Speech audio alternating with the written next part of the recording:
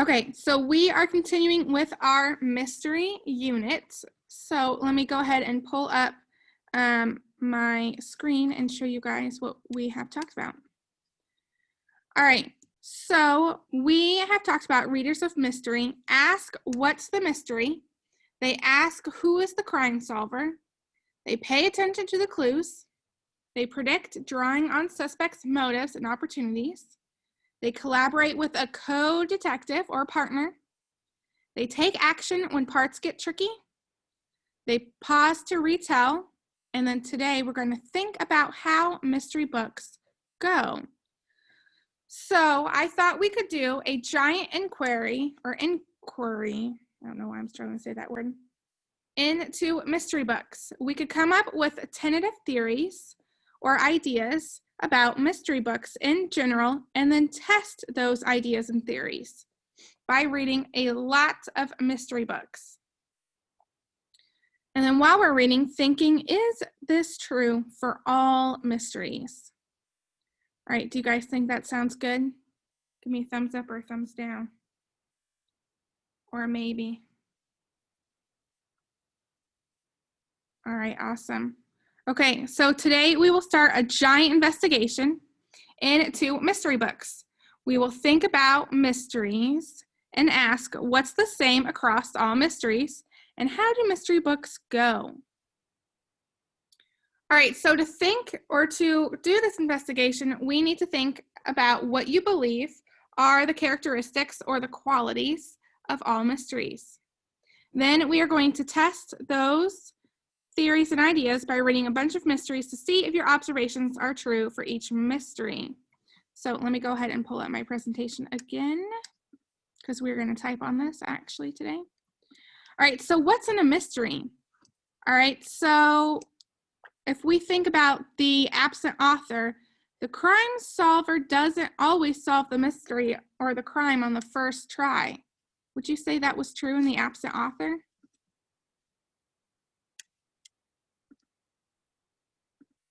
Let me see your thumbs. Would you agree in the absent author, it took Dink, Josh, and Ruth Rose a few tries to try and figure out where Wallace Wallace was?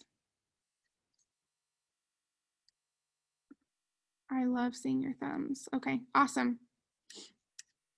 All right, and then crime solvers always have suspects. All right, so thumbs up, thumbs down. Did Dink, Josh, and Ruth Rose always have suspects? Or did they have suspects? Oh, awesome. Okay. Here's what we're going to do. We are going to add to our list. All right, so in most mysteries, ... What have you guys noticed in your mysteries so far? What are some things that you've noticed in your mystery books? All right, is there a detective? What have you noticed so far in your mystery books?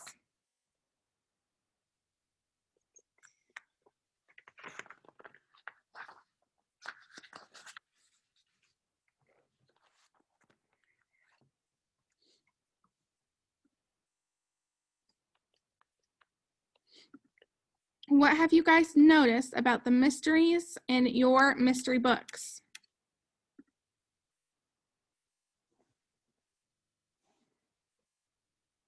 You could think about the absent author as well.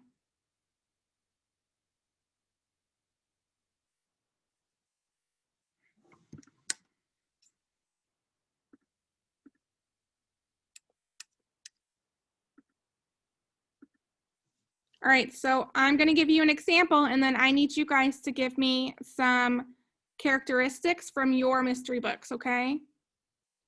All right, so I'm thinking about the absent author since we all read that. Were there clues in the absent author? Were there clues in the absent author? Thumbs up, thumbs down. Yes or no, were there clues in the absent author? Irsu says yes. Oscar says yes.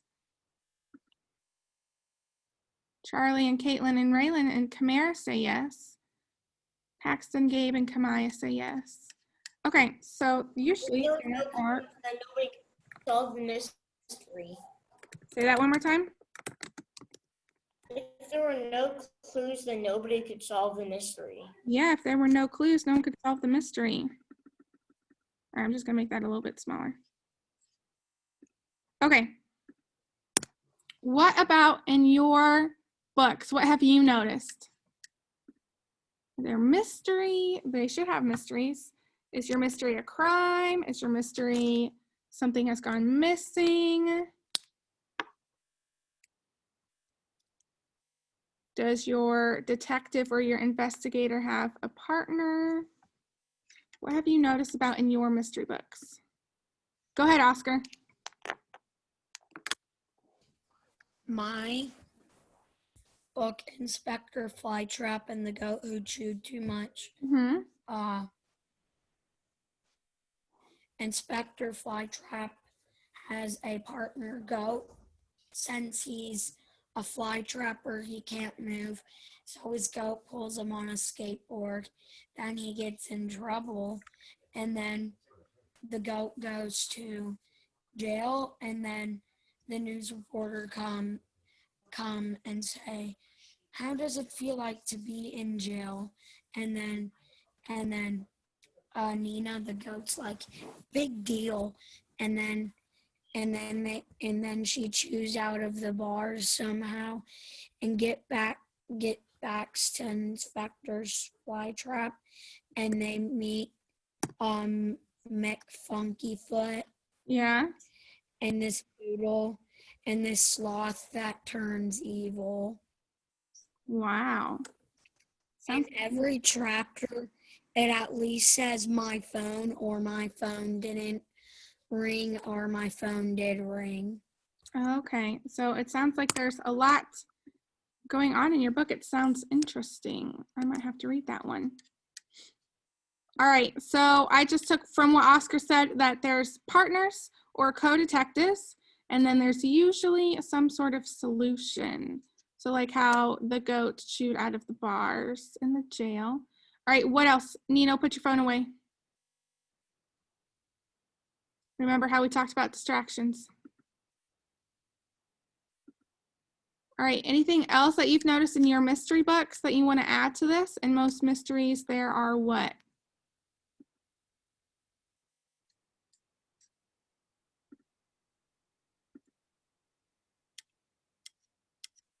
What would you say? What have you noticed about your mystery books?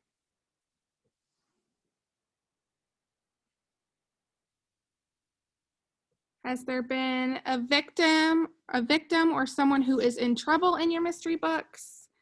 Are there suspects, or are they someone they think has committed the crime?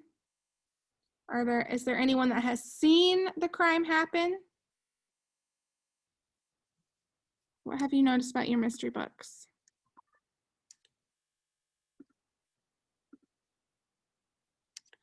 All right, so if we talk about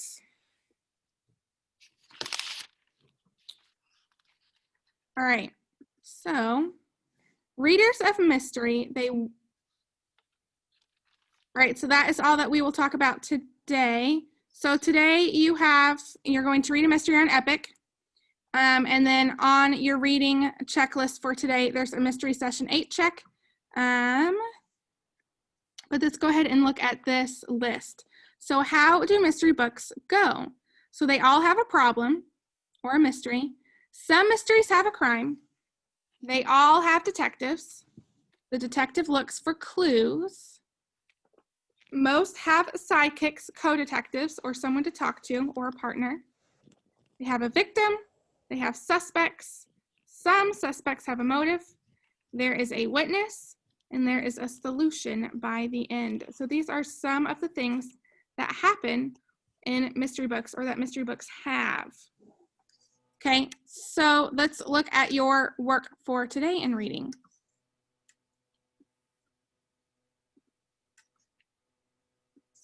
All right, so my small group today, I just moved you guys into the room. My first small group will be Paxton, Charlie, Gabe, Oscar, which all 4 of you are on.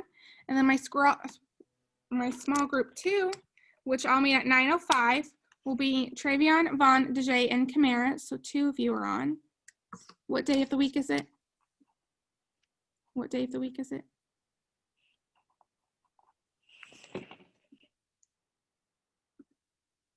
Kamara. Friday. It's Friday, so I'm going to scroll down to our blue Friday. All right, by the end of lunch, our recorded lesson will be right here. Okay, you have to complete the checklist for your mystery book, read a mystery book at home or on Epic, Lexia for 20 minutes, and then we will do a read aloud at 9:45, okay? So let's go ahead and look at the checklist. I'll kind of go over that. All right, it says, please complete the following checklist for the mystery book you have been reading. So what is the title of your mystery book? So you'll go ahead and tell me. You're not going to put the absent author because you should have been reading a different mystery book. Okay, and then question 2 says, please check off all that apply to your mystery book. So does your mystery book have a problem or has a crime? Does it have a detective? Does your detective look for clues? Does your investigator, your detective, have a sidekick or a co-detective or someone to talk to? Is there a victim? Do they have suspects? Or do some of the suspects have a motive? Is there a witness? And is there a solution by the end? And then you'll click submit. All right.